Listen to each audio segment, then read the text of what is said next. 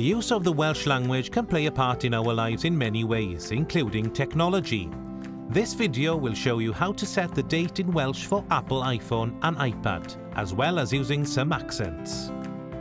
At the time of recording in spring 2014, it's possible to view a limited amount of the iPhone or iPad interface in Welsh.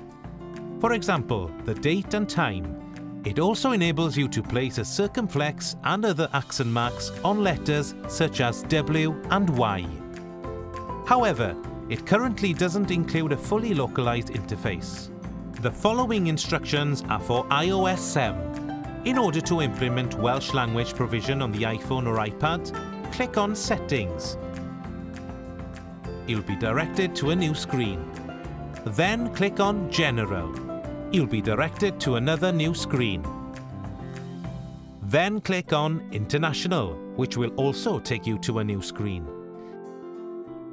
Click on Region Format and select Welsh, United Kingdom from the list. A blue tick will appear beside your selection. Then click on International at the top of the screen, followed by General.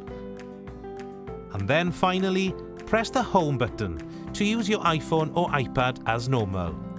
You'll now notice that the date below the time on the lock screen is in Welsh.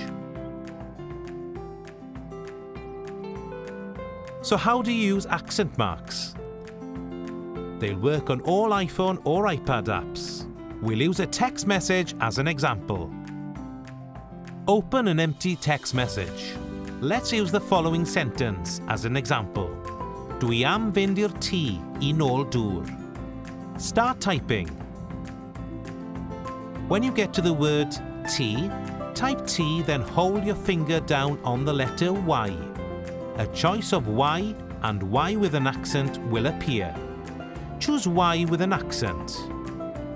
Carry on typing until you get to nôl. Type N and then hold your finger down on the letter O. A more extensive choice of accent marks will appear. Choose O with a circumflex.